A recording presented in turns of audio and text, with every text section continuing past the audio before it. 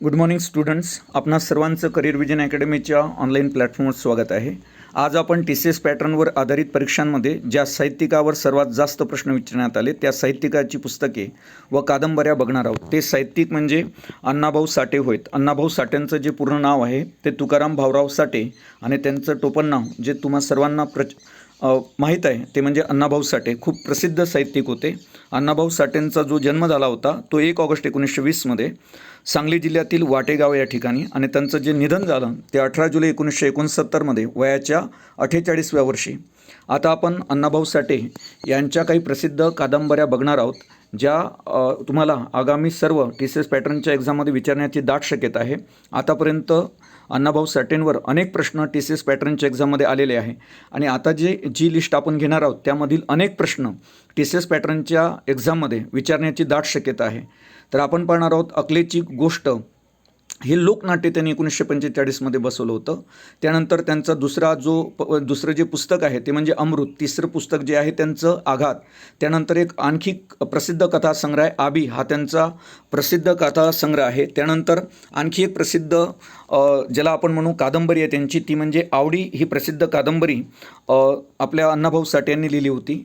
त्यानंतर एक नाटक त्यांनी 1958 बसवलं होतं ते म्हणजे इनामदार, हे त्यांचं प्रसिद्ध नाटक होतं. त्यानंतर एक लोकनाट्य त्यांनी बसवलं ते म्हणजे कापऱ्या चोर, हे त्यांचं लोकनाट्य होतं कापऱ्या चोर.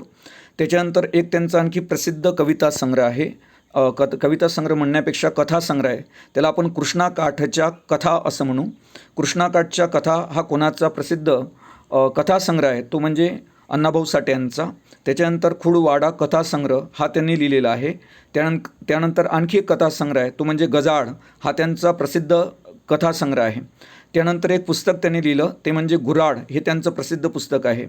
त्यानंतर एक प्रसिद्ध कादंबरी अण्णाभाऊ साठेंची आहे ती म्हणजे गुलामगिरी, ही त्यांची प्रसिद्ध कादंबरी आहे. आणखी एक त्यांची प्रसिद्ध कादंबरी आहे ती म्हणजे चंदन, ही त्यांची प्रसिद्ध कादंबरी आहे. त्यांनी आणखी एक प्रसिद्ध कादंबरी लिहिली ती म्हणजे चिखलातील कमळ, हे देखील त्यांची प्रसिद्ध कादंबरी आहे. सोबत त्यांची सर्वोत्तम जो नमुना होता कादंबरीचा तो म्हणजे चित्रा कादंबरी, जी त्यांनी 1945 लिहिली. त्याच्यानंतर आणखी त्यांनी 1978 एक कथासंग्रह लिहिला, त्याला म्हणायचं चीरनगराची भूतं. मग चीरनगराची भूतं हा कथासंग्रह कोणाचा, तर या कथासंग्रहाचे जे लेखक आहे ते अण्णाभाऊ साठे. त्याच्यानंतर त्यांनी नवती नावाचा एक कथासंग्रह लिहिला. त्यानंतर निखारा हा त्यांचा एक कथासंग्रह आहे.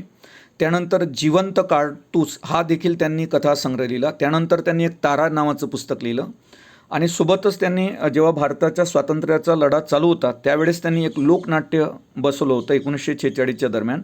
त्याचं नाव आहे देशभक्त घोटाळे. देशभक्त घोटाळे हे लोकनाट्य कोणाचं, तर अण्णाभाऊ साठेंचं. अण्णाभाऊ साठेंनी आणखी एक प्रसिद्ध कादंबरी लिहिली जिचं नाव आहे पाझर.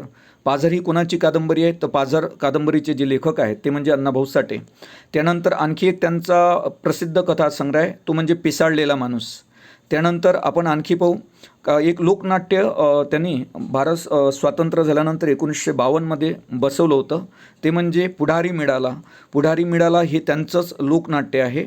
पुढारी मिळाला हे लोकनाट्य अण्णाभाऊ साठे यांचं आहे. त्याच्यानंतर एक नाटक त्यांनी लिहिलं पेंग्याचं लगीन, तर हे नाटक त्यांचंच आहे. त्यानंतर फकीरा ही कादंबरी प्रसिद्ध कादंबरी आहे आपल्या अण्णाभाऊ साठे यांची. आणि या कादंबरीवर आतापर्यंत वेगवेगळ्या परीक्षांमध्ये TCS पॅटर्नच्या एक्झाममध्ये अनेक वेळा प्रश्न आलेला आहे फकीरा ही कादंबरी कोणाची आहे, तर ती म्हणजे अण्णाभाऊ साठे. पण ही गोष्ट आणखी लक्षात ठेवा की फकीरा ही जी कादंबरी आहे ही कादंबरी त्यांनी 1959 लिहिली होती. आणि फरारी हा त्यांचा एक कथासंग्रह आहे. फरारी हा कोणाचा कथासंग्रह आहे, फरारी हा अण्णाभाऊ साठे यांचा कथासंग्रह आहे. त्यानंतर आणखी त्यांनी प्रसिद्ध कादंबरी लिहिली ती म्हणजे मथुरा. मथुरा हे त्यांची प्रसिद्ध कादंबरी आहे. त्यानंतर त्यांनी 1963 आणखी एक प्रसिद्ध कादंबरी लिहिली, त्याचं नाव आहे माकडीचा माळ. ही 1963 लिहिलेली त्यांनी प्रसिद्ध कादंबरी आहे. त्यानंतर त्यांनी रत्न ही कादंबरी लिहिली.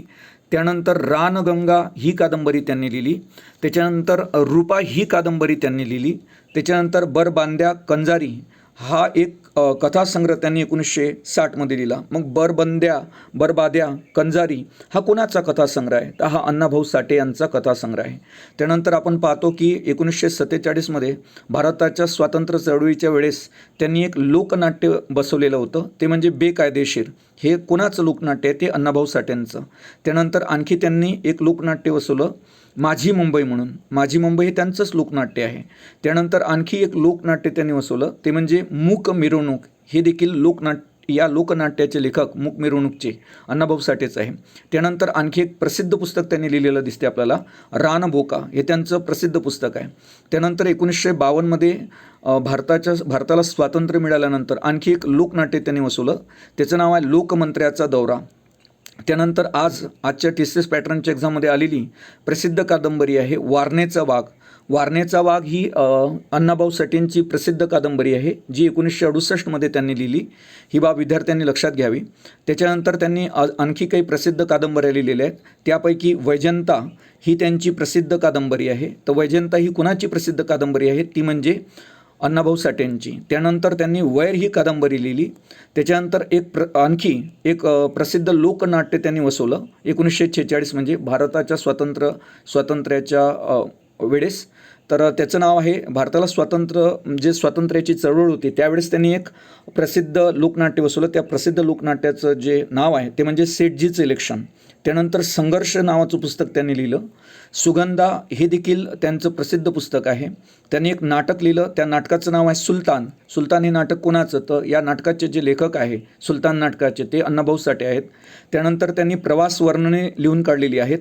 आणि विशेष म्हणजे त्यांचं एक प्रवास वर्णन खूप जास्त प्रसिद्ध आहे. ज्यावेळेस ते रशियाच्या दौऱ्यावर होते त्यावेळेस त्यांनी कविता आणि माझा रशियाचा प्रवास हे प्रवास वर्णन लिहून काढलेलं होतं. आणि सोबत अण्णाभाऊ साठेंनी अनेकविध पोवाडे आणि लावण्या लिहिलेल्या आहेत. तर अशा पद्धतीनं हे अतिशय महत्त्वाच्या साहित्यिकाची अतिशय महत्त्वाची कादंबरी, पुस्तके, नाटके, लोकनाट्ये आहेत, जे आगामी सर्व प्रकारच्या TCS पॅटर्नच्या एक्झाममध्ये विद्यार्थ्यांना विचारण्याची दाट शक्यता आहे. तर अशा पद्धतीने ही सुप्रसिद्ध अण्णाभाऊ साठे यांची साहित्य, कादंबरी, पुस्तके, लोकनाट्ये, नाटके आहेत. तर अशाच पद्धतीनं पुन्हा आपण भेटू नवीन पुस्तके व साहित्यकांना घेऊन.